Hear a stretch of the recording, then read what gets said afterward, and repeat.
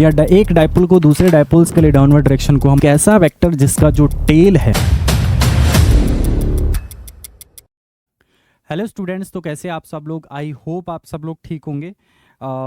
Physics की जो chapter 1 की हमारी क्लासेस चल रही हैं, जिसमें हमने इलेक्ट्रोस्टैटिक नाम का यूनिट शुरू किया हुआ है, उसमें हम लोगों ने already Coulomb's force, electric field intensity, एक से ज़्यादा अगर हमारे पास सिस्टम ऑफ चार्जेस हैं तो उनकी वजह से इलेक्ट्रिक फील्ड कैसे निकाली जाती है, ये अभी तक हमने डिस्कस किया है। ठीक है, लास्ट क्लास में हम लोगों ने सुपरपोजिशन प्रिंसिपल पढ़ा था, और जिसके अकॉर्डिंगली हम ये देखते थे कि अगर मान लो किसी पॉइंट पी पे बहुत सारे नंबर ऑफ चार्जेस की वजह से इलेक्ट्रिक फील्ड निकालना है तो उसको हम सुपरपोजिशन प्रिंसिपल की हेल्प से निकाल सकते हैं। ठीक है, और उसी में एक नया टॉपिक आज और ऐड करते हैं, दैट इज इलेक्ट्रिक डायपोल। ठीक है, नाम सुना होगा आप केमिस्ट्री के अंदर भी, डायपोल मूवमेंट जैसे शब्दों का प्रयोग करते हैं। तो क्या है इलेक्ट्रिक डायपोल, क्या होती है इलेक्ट्रिक डायपोल मूवमेंट, और फिजिक्स में इसकी क्या इंपॉर्टेंस है, एग्जामिनेशन पॉइंट ऑफ व्यू से ये टॉपिक बड़ा ही इंपॉर्टेंट है। पहले हम इलेक्ट्रोस्टैटिक यूनिट में इलेक्ट्रिक डायपोल या डायपोल मूवमेंट की बात करते हैं। जैसे ही हम चैप्टर नंबर 4 अपना शुरू करेंगे, मैग्नेटिक इफेक्ट ऑफ करंट और मैग्नेटिज्म एंड मैटर वाला जो चैप्टर है, चैप्टर 4 नंबर और 5 नंबर, उसमें हम लोग मैग्नेटिक डायपोल और मैग्नेटिक डायपोल मूवमेंट की बात करेंगे। अंडरस्टैंड? ठीक है, तो अगर आप इस वाले टॉपिक को बहुत अच्छे से यहाँ पे क्लियर कर लेते हैं तो बहुत सारे रिजल्ट हैं जो बिल्कुल सिमिलर लगेंगे आपको वहाँ पे भी। अंडरस्टैंड? तो शुरू करते हैं आज का टॉपिक। सबसे पहले समझते हैं कि इलेक्ट्रिक डायपोल होता क्या है। ठीक है, ऑफ कोर्स चार्जेस का कोई ना कोई सिस्टम रहा होगा जिसको डायपोल बोलेंगे। डाई वर्ड का मतलब होता है दो, पोल वर्ड का मतलब होगा कि जैसे फॉर एग्जांपल चार्जेस के दो नेचर होते हैं ना, पॉजिटिव और नेगेटिव, दो तरह का चार्जेस हो सकते हैं। वैसे ही अगर आपके पास एक पॉजिटिव चार्ज है, एक नेगेटिव चार्ज है, और दोनों का मैग्नीट्यूड सेम है और दोनों एक दूसरे से बहुत ही स्मॉल डिस्टेंस पे रखे हुए हैं, तो वो जो अरेंजमेंट आपको दिखेगा उसको बोलने लग जाएंगे आप लोग इलेक्ट्रिक डायपोल। तो अगर डायग्राम से बनाया जाए, बाद में इसका डेफिनेशन लिखते हैं, अगर डायग्राम से इसको देखा जाए तो हमारे पास एक पॉजिटिव और negative charges which are separated by a very small distance. Let's say यहाँ पे एक चार्ज रख दिया हमने प्लस क्यू और यहाँ पे एक चार्ज रख दिया माइनस क्यू, दोनों के बीच का distance for a moment let's say D ले लेते हैं। ठीक है, प्लस क्यू और minus Q charge which are of equal magnitude and opposite polarity, जो कि एक दूसरे से डी डिस्टेंस पे रखे हुए हैं। इस पर्टिकुलर अरेंजमेंट को हम लोग डायपोल बोल देते हैं। ठीक है, इसको इलेक्ट्रिक डायपोल बोल देंगे। तो ये जो अरेंजमेंट आपके सामने यहाँ पे दिख रहा है, this given arrangement is electric dipole. ठीक है, this is known as electric dipole. तो डायपोल की कंडीशन ये है कि दोनों के दोनों चार्जेस का मैग्नीट्यूड सेम होना चाहिए और उनका जो पोलैरिटी है वो अपोजिट होना चाहिए। दोनों का magnitude same and polarity opposite होना चाहिए। तो बेसिक सा डेफिनेशन जो अगर हम इसका लिखना चाहें तो वो ये बनेगा, it is an arrangement of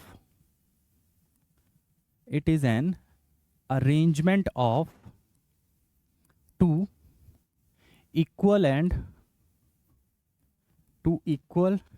and opposite charges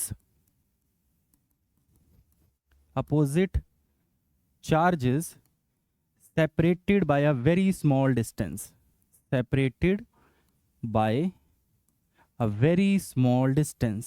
ठीक है, बड़ी सिंपल सी डेफिनेशन है इसकी। दो equal and opposite charges, equal का मतलब मैग्नीट्यूड सेम है, अपोजिट का मतलब पोलैरिटी डिफरेंट है, और दोनों एक दूसरे से स्मॉल से डिस्टेंस पे हमने रखे हुए हैं, दोनों मिलके एक इलेक्ट्रिक डायपोल बनाएंगे। ठीक है, तो ये हमारे पास है जी इलेक्ट्रिक डायपोल। अंडरस्टैंड? अब इसके अलावा और कैसा सा डायपोल दिख सकता है? मान लो मेरे पास है चार्ज, लेट्स से एक चार्ज है मेरे पास +2q और एक दूसरा चार्ज है लेट्स से -2q, तो मैं इसको भी इलेक्ट्रिक डायपोल बोल सकता हूँ। इनके बीच का डिस्टेंस अगर d दे रखा है तो मैं बोलूँगा कि +2q और -2q दोनों इक्वल मैग्नीट्यूड के हैं लेकिन पोलैरिटी अपोजिट है, तो दोनों मिलके एक डायपोल बनाएंगे। ठीक है, ओके। अच्छा, जो डायपोल मैंने पहले बनाया, एक डायपोल ये हो गया हमारे पास +q एंड -q, ये मैंने दो डायपोल बनाए। इस डायपोल और इस डायपोल को एक दूसरे से अलग करने के लिए, मान लो इनके बीच का जो डिस्टेंस है दैट इज d2, इनके बीच का जो डिस्टेंस है दैट इज d1। ठीक है, तो ये दो अलग अलग डायपोल आपके सामने दिख रहे हैं। अगर मैं आपसे पूछूं कि इनमें से कौन सा डायपोल, किस वाले डायपोल का जो स्ट्रेंथ है वो ज़्यादा है ना, डायपोल की अपनी एक स्ट्रेंथ होती है और उस स्ट्रेंथ को मेजर कैसे किया जाता है वो हम अभी एक फिजिकल क्वांटिटी की बात करेंगे। तो अलग अलग डायपोल्स को एक दूसरे से डिफ्रेंशिएट करने के लिए एक नई क्वांटिटी हम लोग इंट्रोड्यूस करेंगे जिसको बोलेंगे इलेक्ट्रिक डायपोल मूवमेंट। मैं रिपीट कर देता हूँ जो अभी तक मैंने बोला है।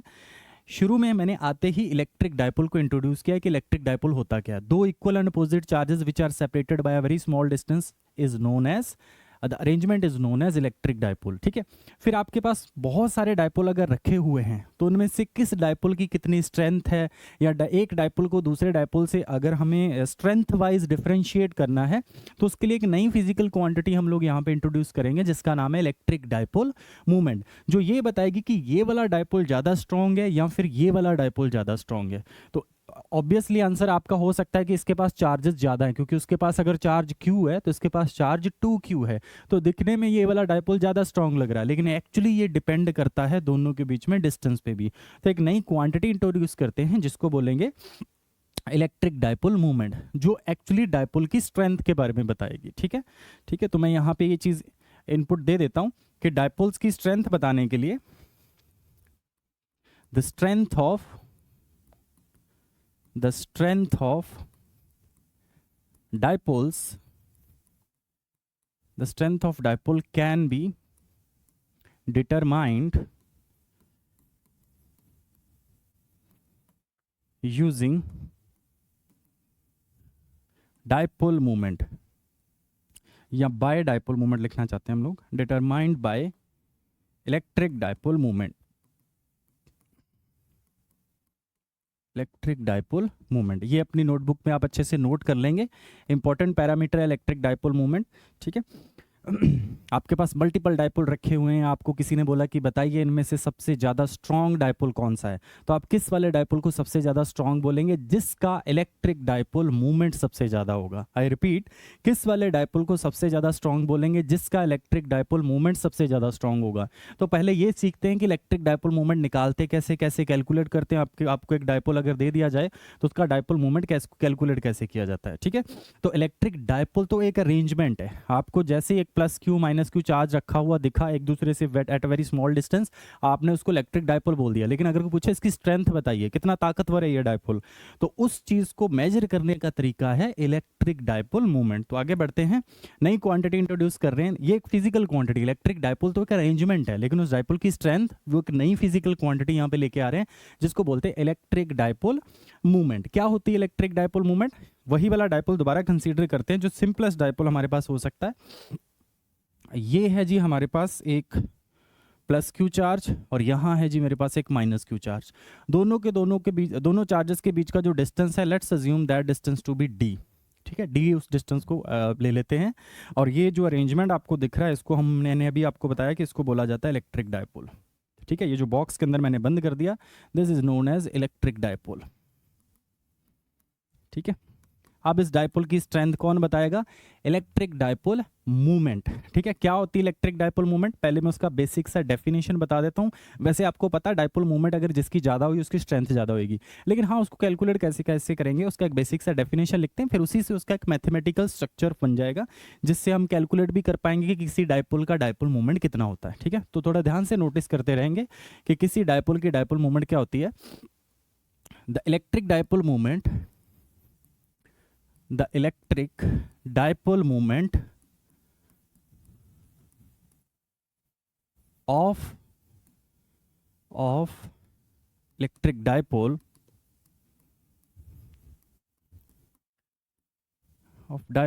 is defined as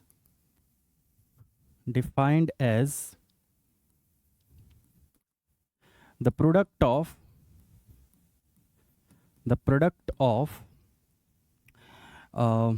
either charge, the product of either charge and distance between the charges, and distance between the charges।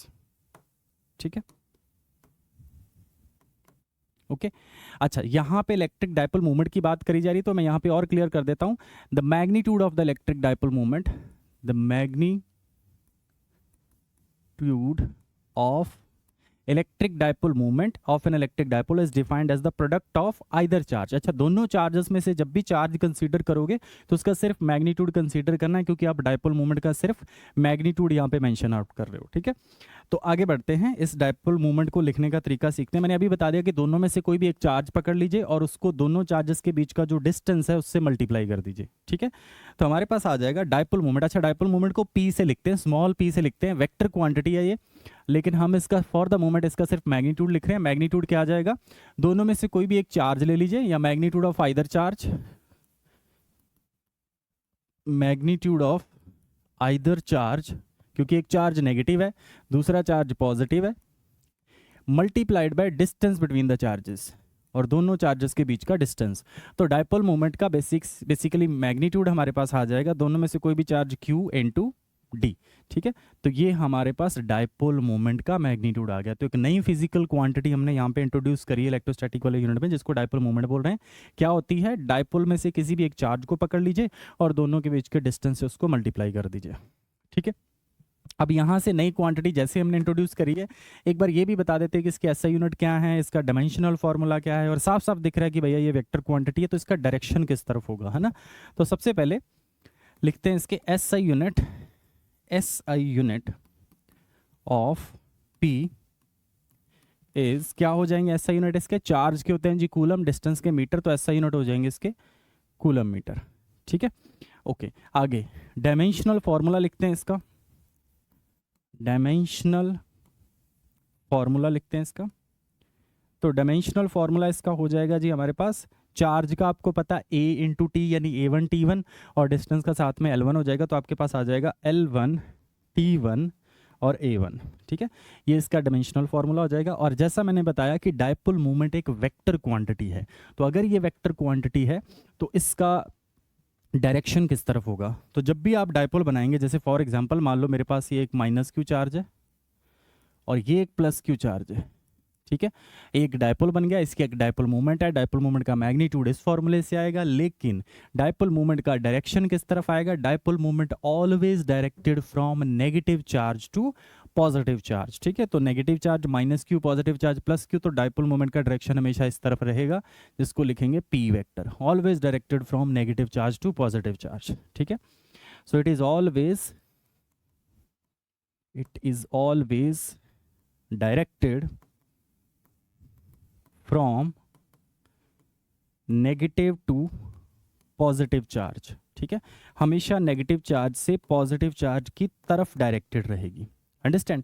ठीक है, तो ये जी हमारे पास डायपोल मोमेंट नाम की फिजिकल क्वांटिटी को हमने ऑलरेडी इंट्रोड्यूस कर दिया है, मैग्नीट्यूड भी बता दिया, डायरेक्शन भी बता दिया।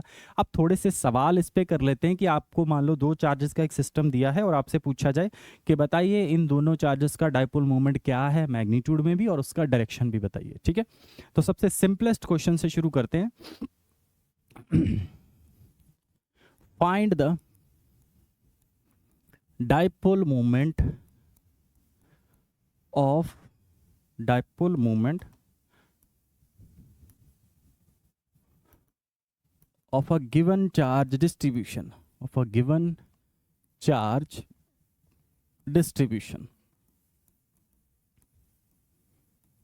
ठीक है, तो आपके सामने मैं यहाँ पे एक सिस्टम बना रहा हूँ, जिस सिस्टम के अंदर दो चार्जेस रखे हुए हैं। ये लेट्स से हम इमेजिन कर लेते हैं वाई एक्सिस, और ये लेट्स से इमेजिन कर लेते हैं हम लोग एक्स एक्सिस। ठीक है, वाई एक्सिस और ये है जी हमारे पास एक्स एक्सिस। अच्छा, वाई एक्सिस और एक्स एक्सिस के ऊपर एक चार्ज हमने रख दिया ओरिजिन पे जो चार्ज रखा है that charge is minus Q, और एक चार्ज हमने वाई एक्सिस पे रखा है एट अ डिस्टेंस लेट से ए, यानी इस वाले पॉइंट के कोऑर्डिनेट हैं 0, ए, और यहाँ पे हमने एक प्लस क्यू चार्ज रख दिया। तो आपको जो डायपोल दिख रहा है वो वाई एक्सिस के लॉन्ग रखा हुआ है, आपसे इसका डायपोल मूवमेंट जानना चाह रहे हैं। बड़ा सिंपल सा सवाल है, क्या लिखेंगे इसके लिए, इसका डायपोल मूवमेंट आ जाएगा पी वेक्टर, इन वेक्टर नोटेशन लिखते हैं। दोनों में से एक चार्ज लेना है, चार्ज हो जाएगा जी क्यू, दोनों के बीच का डिस्टेंस कितना हो जाएगा, क्योंकि पहला चार्ज ओरिजिन पे रखा है, दूसरा वाई एक्सिस के ऊपर ए डिस्टेंस पे रखा है, तो डिस्टेंस हो जाएगा दोनों के बीच का ए। अच्छा, इस तरफ वेक्टर लिख दिया तो इस तरफ भी वेक्टर दिखाना पड़ेगा। ठीक है, तो आप साफ साफ देखिए, अभी मैंने बताया कि डायपोल मोमेंट हमेशा नेगेटिव चार्ज से पॉजिटिव चार्ज की तरफ लाई करती है। तो डायपोल मोमेंट का डायरेक्शन कुछ इस तरफ होगा, यानी नेगेटिव से पॉजिटिव चार्ज, और ये जो अपवर्ड डायरेक्शन है कहीं ना कहीं ये पॉजिटिव वाई डायरेक्शन है, और पॉजिटिव वाई डायरेक्शन को हम लोग यूनिट वेक्टर जे कैप से डिनोट करते हैं। तो हमारे पास आ जाएगा क्यू ए जे कैप। ठीक है, तो ये डायपोल मूवमेंट आ गई, उसका मैग्नीट्यूड भी और उसका डायरेक्शन भी आ गया। अगला सवाल करते हैं, सिंपलेस्ट क्वेश्चन था। इस वाले डायपोल को वो एक्स एक्सिस पे, जेड एक्सिस पे या कहीं भी और रख सकता है। आपका सिंपल काम ये है कि बस उसका मैग्नीट्यूड निकालिए और डायरेक्शन देखिए नेगेटिव से पॉजिटिव चार्ज की तरफ। आगे बढ़ते हैं, नेक्स्ट अगला सवाल करते हैं। अब इसमें क्या है कि डायपोल को मैं एक्स एक्सिस पे भी रख सकता हूँ, लेकिन अब मैं क्या कर रहा हूँ, डायपोल को एक्स एक्सिस पे या वाई एक्सिस पे ना रख के इन जनरल स्पेस में या फिर प्लेन में रख रहा हूँ। फॉर द मोमेंट मान लो मैंने दोनों चार्जेस को प्लेन में रख दिया, एक को रीजन पे रख देते हैं और दूसरे को कहीं और रख देते हैं। ठीक है, so find the dipole moment of a given charge distribution,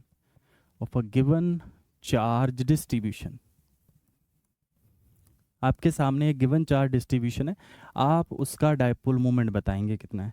तो एक डिस्ट्रीब्यूशन बना लेते हैं, ये है जी मेरे पास वाई एक्सिस लेट्स से, और ये है लेट्स से एक्स एक्सिस। ठीक है, इसको एक्स एक्सिस कंसीडर कर लेते हैं, इसको वाई एक्सिस कंसीडर कर लेते हैं। एक चार्ज यहाँ रख दिया, let's assume this charge to be minus Q, and एक चार्ज यहाँ पे प्लेन के अंदर कहीं पे रख दिया। ठीक है, ये है प्लस क्यू, दोनों मिलकर डायपोल बना रहे हैं, और इस पॉइंट के कोऑर्डिनेट तो खैर 0,0 हो जाएंगे ना, 0,0, और जो चार्ज यहाँ रखा है उसके कोऑर्डिनेट लिख लेते हैं a, b, ऐसे करके इमेजिन कर लेते हैं।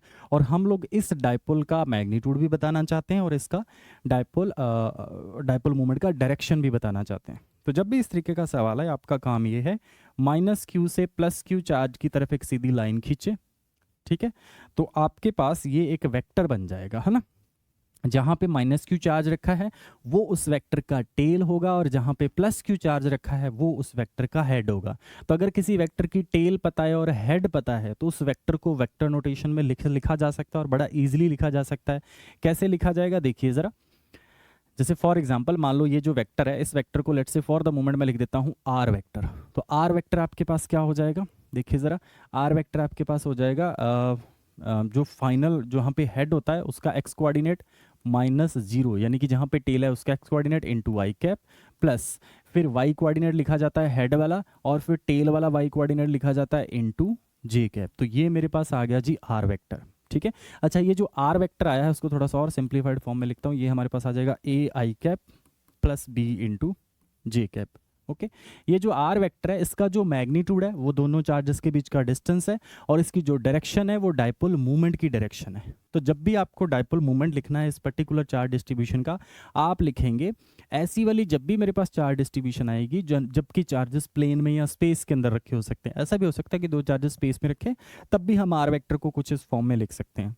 तो तब आप उसका जो डायपोल मूवमेंट बताएंगे दैट इज दोनों में से किसी भी एक चार्ज का मैग्नीट्यूड और दोनों चार्जेस के बीच का डिस्टेंस। अच्छा, डिस्टेंस की जगह आर वेक्टर लिख सकते हैं, जिससे आपके पास डायरेक्शन भी आ जाएगी और मैग्नीट्यूड भी आ जाएगा ना। तो यहाँ पे हम लोग लिख सकते हैं इनटू आर वेक्टर, यानी कि हमारे पास डायपोल मूवमेंट आ गया Q into a i cap plus b j cap. ठीक है, तो ये हम यहाँ से बता सकते हैं डायपोल मोमेंट का डायरेक्शन भी इसके अंदर है और डायपोल मोमेंट का मैग्नीट्यूड भी इसके अंदर अब्सॉर्ब्ड है। तो आपको सिंपली क्या करना है, जब भी चार्ज प्लेन में या स्पेस में रखे हों तो सबसे पहले एक आर वेक्टर पहले से फिगर आउट कर लिया, और आर वेक्टर क्या होगा, एक ऐसा वेक्टर जिसका जो टेल है वो माइनस क्यू चार्ज पे होगा और जिसका जो हेड होगा वो प्लस क्यू चार्ज पे आपने इमेजिन करके चलना है। ऐसे नहीं मानना कि जो चार्ज ओरिजिन पे रखा हुआ है वहाँ पे हम लोग टेल इमेजिन कर लें, ठीक है, ये गलती नहीं करनी है।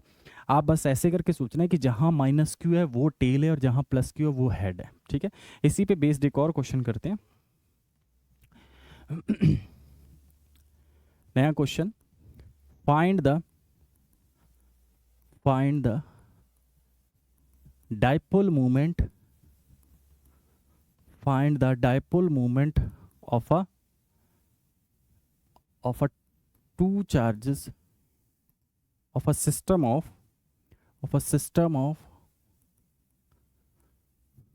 of charges placed at पहला चार्ज रखा है हमने A1 कॉमा B1 पे एंड A2 कॉमा B2 पे, ठीक है। दो चार्जेस हमने रख रखे हैं, पहला चार्ज A1 कॉमा B1 पे, दूसरा चार्ज A2 कॉमा B2 पे रख रखा है। और आपसे बोला जा रहा है कि इस पर्टिकुलर सिस्टम का आप डायपोल मूवमेंट बताइए कितना है। तो डायपोल मूवमेंट बताने के लिए सबसे पहला काम क्या है, डायपोल आर वेक्टर निकालना है ना। आर वेक्टर, अच्छा इसमें से ऐसा कुछ स्पेसिफाई नहीं किया क्वेश्चन के अंदर कि माइनस क्यू रखा कहाँ रखा और प्लस क्यू कहाँ रखा है, तो हम अपनी अजम्पशन ले लेते हैं कि इस वाली लोकेशन पे हमने माइनस क्यू रख रखा है और इस वाली लोकेशन पे हमने प्लस क्यू रख रखा है। तो मेरे लिए ये वाला जो पॉइंट है ये उस वेक्टर का टेल की तरह बिहेव करेगा और ये वाला पॉइंट उस वेक्टर के हेड की तरह बिहेव करेगा। तो मैं सबसे पहले आर वेक्टर लिखता हूँ। आर वेक्टर मेरे लिए हो जाएगा हेड वाले का X coordinate that is A2, tail वाले का X coordinate that is A1 into I cap, and similarly head वाले का y coordinate that is B2 minus tail वाले का y coordinate that is B1 into J cap. तो जैसे ही हमारे पास are vector आया उसके बाद इसकी जो डायपोल मूवमेंट हो जाएगी that is magnitude of either charge that is q into r vector, okay. और we can write it as p vector is equal to q into r vector की जगह आ जाएगा A2 माइनस A1 इनटू आई cap plus B2 minus B1 into जे cap, ठीक है जी। तो ये हमारे पास आ गया P वेक्टर यानी कि डायपोल मूवमेंट आ गई, अंडरस्टैंड। तो इस तरह से आपके पास दो चार्जेस का सिस्टम दिया रहेगा, अगर वो किसी एक एक्स एक्सिस या वाई एक्सिस या जेड एक्सिस के अलॉन्ग रखे हैं फिर तो उसका डायपोल मोमेंट लिखना बहुत ही आसान है। लेकिन मान लो इस तरीके से प्लेन के अंदर भी वो चार्जेस को रखें या स्पेस के अंदर भी वो चार्जेस को रखें तब भी बड़ा सिंपली आप बता सकते हैं कि उसका डायपोल मोमेंट क्या होगा। तरीका मैंने आपको सिखा दिया है, बड़ा सिंपल सा है। जिन दो लोकेशन पे चार्जेस रखे हैं उनमें माइनस क्यू को टेल मान लीजिए और प्लस क्यू को हेड मान लीजिए और एक वेक्टर लिख लीजिए जिसका नाम आर वेक्टर रख लीजिए। उसके बाद डायपोल मोमेंट लिखने के लिए Q into R vector, just इतना करना है आपने। इसमें इसका डायरेक्शन भी कंटेन्ड है और साथ ही साथ उसका मैग्नीट्यूड भी कंटेन्ड है, ठीक है। तो जब आप डायपोल मोमेंट का डायरेक्शन बताएंगे तो यहाँ से बता सकते हैं, मैग्नीट्यूड बताएंगे तो इसी का यूनिट वेक्टर आपको डायपोल मोमेंट का डायरेक्शन दे देगा, अंडरस्टैंड, ठीक है।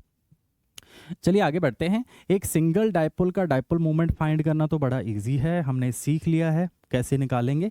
लेकिन मान लो एक से ज़्यादा डायपोल अगर किसी सिस्टम के अंदर हमें दिखते हैं तो सिस्टम का नेट डायपोल मोमेंट हमसे पूछा जाता है। तो अगला जो टास्क है हमारा वो है to find the net dipole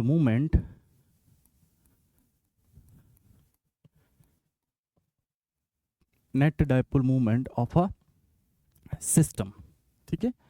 एक से ज़्यादा डायपोल जब आपको दिखें तो उस सिस्टम का डायपोल निकालेंगे कैसे, है ना, net dipole moment of a system, ठीक है जी। तो मैं आपके सामने एक दो सिस्टम लेता हूं जिन सिस्टम का हम डायपोल मोमेंट लिखना चाहते हैं। फॉर एग्जांपल ये एक सिस्टम लेते हैं, इसमें क्या कर रखा है कि एक ट्राइंगल है हमारे पास, लेट्स से आइसोसेलेस ट्राइंगल ले लेते हैं। ये वाली साइड भी उस ट्राइंगल की ए दे रखी है और ये वाली साइड भी उस ट्राइंगल की ए दे रखी है, ठीक है। यहाँ पे हमारे पास एक प्लस क्यू चार्ज रख रखा है, इस वाले कॉर्नर पे भी एक प्लस क्यू चार्ज रख रखा है।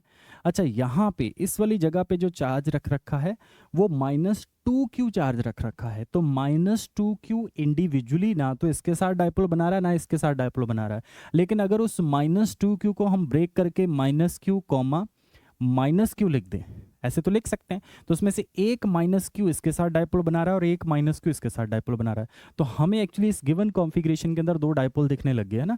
एक डायपोल जो कुछ इस डायरेक्शन में है, let's call that dipole to be P1 vector, और एक डायपोल कुछ इस डायरेक्शन में है, let's call that to be P2 vector, ठीक है।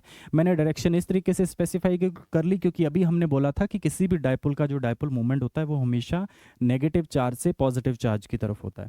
तो अगर मैं P1 का मैग्नीट्यूड लिखूं, P1 का अगर हम मैग्नीट्यूड लिखते हैं तो P1 का मैग्नीट्यूड यहाँ से आ जाएगा, दोनों में से कोई भी एक चार्ज ले लेते हैं और दोनों के बीच का डिस्टेंस।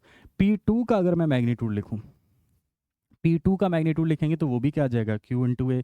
और साथ ही साथ अगर इनकी डायरेक्शन भी लिखें तो अगर मैं इसको एक्स एक्सिस मान लूँ इसको वाई एक्सिस मान लूँ तो इनकी डायरेक्शन भी बता सकते हैं हम लोग, है ना। तो हम यहाँ से ये भी बोल सकते हैं कि अगर हम डायरेक्शन भी बताना चाहें तो P1 वेक्टर आ जाएगा क्यू ए आई कैप और P2 वेक्टर आ जाएगा क्यू ए जे कैप, ठीक है। तो P1 और P2 उसका वेक्टर का मैग्नीट्यूड भी बता दिया, डायरेक्शन भी बता दी, लेकिन इस सिस्टम का नेट डायपोल मोमेंट हम बताना चाहते हैं। तो इस सिस्टम का जो नेट डायपोल मोमेंट आ जाएगा वो इन दो वेक्टर का रिजल्टेंट होगा, है ना, P1 और P2 का रिजल्टेंट। दो डायपोल है तो दोनों डायपोल का रिजल्टेंट निकाल लीजिए, वो नेट डायपोल मोमेंट आ जाएगी। और मैंने आपको सिखा रखा है कि जब आपके पास दो डायपोल होते हैं या दो वेक्टर होते हैं which are of same magnitude and 90 degree के एंगल पे वो एक्ट कर रहे हैं, तो उनका जो रिजल्टेंट आ जाता है that is √2 time any one of them. ठीक है, तो हमारे पास जो नेट डायपोल मोमेंट आएगी उसका मैग्नीट्यूड आ जाएगा, नेट डायपोल मोमेंट आ जाएगी, उसका मैग्नीट्यूड लिख रहा हूँ for the moment, that is √2 time any one of them, यानी कि √2 टाइम्स QA। ठीक है, ये तो नेट डायपोल मोमेंट का सिर्फ मैग्नीट्यूड आया। ठीक है, लेकिन अगर नेट डायपोल मोमेंट का डायरेक्शन देखना चाहते तो आप इनको सीधा वेक्टोरियली ही ऐड कर सकते थे, यानी कि जो net dipole moment P net vector आएगा that is P1 vector plus P2 vector, यानी कि QA कॉमन आ जाएगा तो अंदर आ जाएगा I vector plus J vector. तो कहने का मतलब ये हुआ कि दोनों का जो रिजल्टेंट है, रिजल्टेंट डायपोल मोमेंट आएगा वो कुछ इस तरीके से यहाँ से दोनों के एंगल बाइसेक्टर के अलॉन्ग होगा, है ना। ये एंगल भी वो 45 डिग्री छोड़ देगा और ये एंगल भी 45 डिग्री छोड़ता हुआ कुछ इस डायरेक्शन में ये डायपोल मोमेंट यानी कि P नेट इस तरफ होगा। ठीक है, तो ये जो तीन चार्जेस का एक सिस्टम था उसका जो नेट डायपोल मोमेंट है वो हमारे पास ये है। इसी से मिलता जुलता एक सवाल और करते हैं जो कि नीट के एक प्रीवियस ईयर एग्जाम में पूछा भी गया है, जिसमें फिर से तीन चार्जेस रखे हैं, लेकिन इस बार जो तीनों के तीनों चार्जेस रखे हैं वो एक इक्विलेटर ट्रायंगल के कॉर्नर पे रखे हुए हैं। ठीक है, तो उस सवाल को करते हैं। सवाल का स्टेटमेंट लिख लेते हैं, find the net dipole moment of the given charge distribution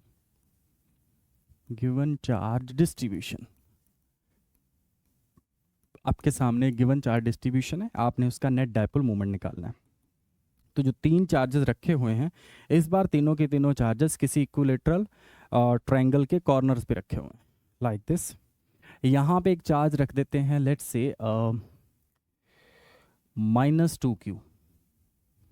ठीक है, यहाँ एक चार्ज रख देते हैं -2q, यहाँ एक चार्ज है +q, यहाँ पे भी एक चार्ज है +q। ट्रायंगल की तीनों साइड्स जो हैं वो a और a ले लेते हैं। ठीक है, अच्छा जो चार्ज यहाँ रखा हुआ है ये है -2q को फिर से हम लोग ब्रेक कर सकते हैं और ब्रेक करके हम लोग इसको लिख सकते हैं -q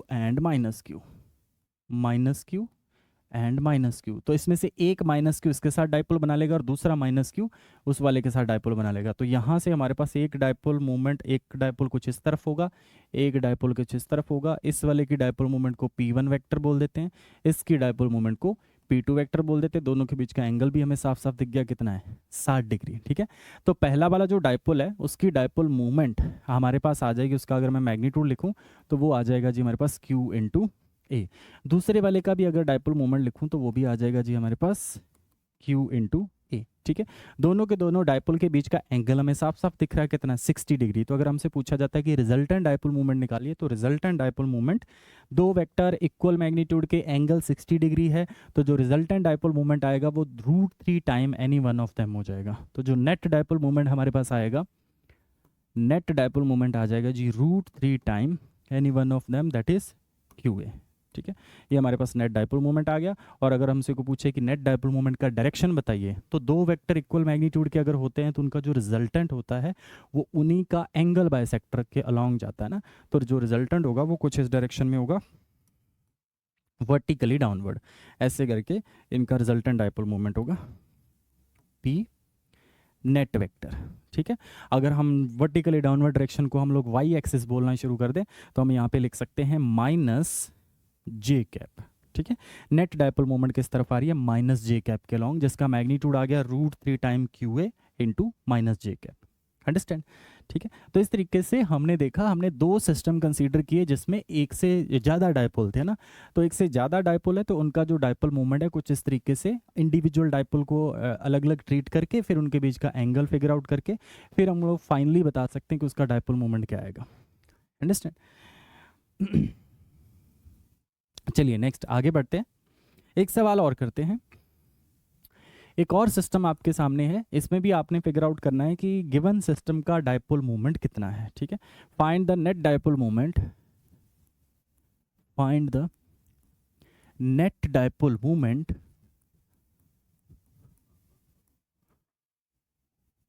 of a given charge configuration, given charge configuration. ठीक है, अच्छा चार्ज कॉन्फ़िगरेशन एक बार देख लीजिए आप सब लोग। एक डाइपोल को एक्चुअली वाई एक्सिस के लॉन्ग रख रखा है लाइक दिस, और एक हम साथ ही साथ दूसरा एक एक्स एक्सिस भी यहाँ से ड्रॉ कर लेते हैं। ये हमारे पास एक्स एक्सिस हो गया। ठीक है, इसमें एक डाइपोल तो कुछ ऐसे करके रख रखा है, यहाँ पे माइनस क्यू और यहाँ पे प्लस क्यू, तो दोनों मिलके एक डाइपोल बना रहे हैं। मान लेते हैं कि इन दोनों के बीच का जो डिस्टेंस है दैट डिस्टेंस इज ए। ठीक है, एक डाइपोल और रख रखा है लाइक दिस, ऐसे करके रख रखा है वो डाइपोल। ठीक है, ये वाला जो चार्ज है, ये वाले चार्ज को ले लेते हैं माइनस क्यू, और इस वाले चार्ज को ले लेते हैं प्लस क्यू, माइनस क्यू, और इसको ले लेते हैं प्लस क्यू। ठीक है, ओके, ये जो एंगल है, ये angle let's imagine this angle to be 60। ठीक है, मान लेते हैं कि ये एंगल अगर 60 है तो टोटल ये एंगल कितना बच जाएगा वापस 120। ठीक है जी, ओके। अब ज़रा दोनों डाइपोल के लिए मैंने लेंथ सेम ले रखी है, चार्जेस भी सेम ले रखे हैं, तो ये वाला जो डाइपोल है जो वाई एक्सिस के लॉन्ग रखा हुआ है, इसका जो डाइपोल मोमेंट आ जाएगा, अगर मैं यहाँ पे ड्रॉ करूँ तो इसका डाइपोल मोमेंट कुछ इस तरफ आएगा। ठीक है, डाइपोल मोमेंट इसको P1 बोल देते हैं। P1 का जो मैग्नीट्यूड है वो हमारे पास हो जाएगा Q इंटू, लेट से दोनों के बीच का डिस्टेंस अगर A ले रखा है तो Q इंटू A हो जाएगा। और जो दूसरा डाइपोल है उसके लिए मैंने उसका जो डाइपोल मोमेंट है वो किस तरफ आएगा, माइनस क्यू से प्लस क्यू की तरफ, कुछ इस तरफ होगा। तो उसका जो डाइपोल मोमेंट है वो कुछ इस तरफ होगा। ठीक है, उसको इसको P1 वेक्टर बोला है, इसको P2 वेक्टर बोला है, और दोनों के बीच का ये जो एंगल है दिस एंगल इज 120 डिग्री, और P2 वेक्टर का मैग्नीट्यूड भी मैं सेम ही ले रहा हूँ, दैट इज Q इंटू ए। कुछ ये हमारे पास डाइपोल मोमेंट आ गया। ठीक है, दूसरे वाले डाइपोल का। अब दोनों डाइपोल के बीच का एंगल भी पता है, दोनों का मैग्नीट्यूड भी पता है, और रिजल्टेंट आपको सिखा रखा है कि जब दो वेक्टर इक्वल मैग्नीट्यूड के एक दूसरे के साथ 120 डिग्री के एंगल पे होते हैं तो उनका जो रिजल्टेंट डाइपोल मोमेंट आता है वो उन्हीं में से कोई एक होता है। तो नेट डाइपोल मोमेंट हमारे पास आ जाएगा P net vector is equal to, हमारे पास यहाँ से Q इंटू ए आ जाएगा। यहाँ पे मैं सिर्फ उसका मैग्नीट्यूड लिख रहा हूँ, सिर्फ उसका मैग्नीट्यूड लिखा जा रहा है। ओके, अच्छा, इसकी अगर डायरेक्शन बताना चाहते हैं तो जैसे ये P1 है, ये P2 है, तो इनका जो रिजल्टेंट आएगा वो कुछ ना कुछ इनके बीच के एंगल को ऐसे करके बाइसेक्ट करता हुआ जाएगा। ठीक है, तो जो भी आएगा वो कुछ इस तरीके से जाएगा हमारे पास। अगर टोटल एंगल इनके बीच का 120 है तो 120 को बाइसेक्ट करता हुआ कुछ ऐसे करके जाएगा। इस तरफ P नेट होगा। ठीक है, इस तरफ P नेट डाइपोल मोमेंट होगा। अंडरस्टैंड? ठीक है, तो टोटल एंगल 120 था, तो ये वाला एंगल 60 हो गया, और ये एंगल भी कितना बचा, 60। ठीक है, बीच में से उसको बाइसेक्ट करता हुआ जा रहा है। तो इस तरीके से हम लोग कॉम्प्लिकेटेड से कॉम्प्लिकेटेड सिस्टम का नेट डाइपोल मोमेंट निकाल सकते हैं। बस आपको इंडिविजुअली जो कॉन्फ़िगरेशन दिख रही है उनमें से इंडिविजुअल डाइपोल को पहचानना शुरू कर दीजिए, और फिर उनको इंडिविजुअल डाइपोल्स को एज अ वेक्टर ट्रीट करके उसका डाइपोल मोमेंट यानी रिजल्टेंट डाइपोल मोमेंट आप निकाल सकते हैं। ठीक है, एक सवाल लास्ट और करते हैं डाइपोल मोमेंट से related. Find the dipole moment. Find the dipole moment of a given charge configuration. Given charge configuration. एक गिवन चार्ज कॉन्फ़िगरेशन है आपके पास, उसका भी आप नेट डाइपोल मोमेंट निकाल के बताइए कितना आएगा। जैसे फॉर एग्जांपल एक स्क्वायर है, और स्क्वायर के कॉर्नर पे कुछ इस तरीके से चार्ज रख रखे हैं प्लस क्यू। स्क्वायर की एक साइड ए ले लेते हैं। ठीक है, प्लस क्यू, और लेट्स से यहाँ रख देते हैं माइनस क्यू, फिर यहाँ पे प्लस क्यू, और यहाँ रख देते हैं माइनस क्यू। ऑल्टरनेट कॉर्नर पे ऑल्टरनेट चार्जेस रखे हुए हैं, plus Q and minus Q. और आपसे पूछा जा रहा है कि ये जो सिस्टम आपके सामने है इसका नेट डाइपोल मोमेंट बताइए। ठीक है, तो अगर आपसे इसका नेट डाइपोल मोमेंट पूछा जा रहा है तो इन दो चार्जेस को इंडिविजुअली ट्रीट कर लीजिए। ठीक है, ये जो दो चार्जेस आपको दिख रहे हैं ये वाले जो दो चार्जेस दिख रहे हैं इनको इंडिविजुअली एक डायपोल इमेजिन कर लीजिए, और ये जो दो चार्जेस दिख रहे हैं इनको इंडिविजुअली आप एक डायपोल इमेजिन कर लीजिए। आप ये भी कर सकते हैं कि इस वाले प्लस क्यू को इस वाले माइनस क्यू के साथ, और इस वाले प्लस क्यू को इस वाले माइनस क्यू के साथ भी डायपोल की तरह ट्रीट कर सकते हैं। तो निकालते हैं सबसे पहले ऊपर वाले सिस्टम का। इसका जो नेट डायपोल मोमेंट आ जाएगा दैट इज P1 वेक्टर, उसको लिख देते हैं, उसका मैग्नीट्यूड भी लिखेंगे, उसका डायरेक्शन भी लिखेंगे। मैग्नीट्यूड तो आ जाएगा Q इंटू ए। अच्छा, अगर मैं ए हॉरिजॉन्टल को एक्स एक्सिस मान लूँ तो हमारे पास इसका डायरेक्शन आ जाएगा माइनस आई कैप के लॉन्ग, ठीक है। एंड सिमिलरली इस वाले सिस्टम के लिए अगर देखा जाए नीचे वाले दो चार्जेस के लिए, तो इसका जो डायपोल मोमेंट उसको P2 वेक्टर बोल देते हैं। वो क्या आ जाएगा, वो आ जाएगा माइनस क्यू से प्लस क्यू की तरफ, मतलब उस डायरेक्शन में अगर हम पॉजिटिव एक्स एक्सिस इमेजिन कर रहे हैं तो हमारे पास आ जाएगा plus Q A i cap. और अगर हमसे कोई कहे कि इसका रिजल्टेंट डायपोल मोमेंट बताइए तो पी नेट आ जाएगा दोनों का वेक्टर सम, यानी कि P1 vector plus P2 vector. तो साफ साफ दिख रहा है कि दो वेक्टर हैं, इक्वल मैग्नीट्यूड के हैं, अपोजिट डायरेक्शन में है, तो रिजल्टेंट कितना हो जाएगा दोनों का, 0। ठीक है, तो हमारे पास नेट डायपोल मोमेंट इस चार्ज कॉन्फ़िगरेशन का हो जाएगा 0। ठीक है जी, ये हमारे पास फाइनल आंसर आ गया। ओके, तो आज की क्लास में जो हमने सीखा है दैट इज इलेक्ट्रिक डायपोल है क्या, इलेक्ट्रिक डायपोल मूवमेंट क्या बताती है किसी डायपोल के बारे में। तो थोड़ा रिवाइज कर लेते हैं। इलेक्ट्रिक डायपोल तो प्लस क्यू और माइनस क्यू चार्जेस का एक सिस्टम है जिनका मैग्नीट्यूड सेम होता है लेकिन पोलैरिटी अपोजिट होती है। ठीक है, उस डायपोल की जो स्ट्रेंथ है वो डायपोल मूवमेंट बताती है। और डायपोल मूवमेंट को कैसे कैलकुलेट किया जाता है, दोनों में से कोई भी एक चार्ज ले लीजिए, उसका मैग्नीट्यूड ले लीजिए और दोनों चार्जेस के बीच का डिस्टेंस ले लीजिए। ठीक है, तो उसके बाद मान लो एक सिस्टम दे रखा है, उसका डायपोल मोमेंट कैसे निकालेंगे ये सीखा हमने। एंड आफ्टर दैट एक से ज़्यादा डायपोल अगर किसी सिस्टम के अंदर है तो उस सिस्टम का नेट डायपोल मोमेंट कैसे निकालते हैं। नेक्स्ट वाली क्लास में हम लोग इस डायपोल से रिलेटेड, जैसे डायपोल है प्लस क्यू चार्ज है माइनस क्यू चार्ज है, तो इस डायपोल का फील्ड निकालना सीखेंगे, इलेक्ट्रिक फील्ड इंटेंसिटी। इस हर एक डायपोल के लिए दो लाइनें होती हैं जिसको एक्सियल लाइन और इक्वेटोरियल लाइन बोला जाता है। तो उन लाइनों पे जो नेट इलेक्ट्रिक फील्ड इंटेंसिटी आएगी वो क्या आती है। बड़ा इंटरेस्टिंग एक्सप्रेशन आता है क्योंकि यूजली पॉइंट चार्ज का जो इलेक्ट्रिक फील्ड हमने सीखा था KQ/R², यानी कि डिस्टेंस के स्क्वेयर के इन्वर्सली वेरी करता है। डायपोल एक ऐसा स्पेशल अरेंजमेंट है जिसमें जो नेट इलेक्ट्रिक फील्ड इंटेंसिटी आएगी वो R³ के साथ वेरी करेगी। ठीक है, आज की क्लास को यहाँ तक देखने के लिए थैंक यू सो मच। मिलते हैं नेक्स्ट क्लास में।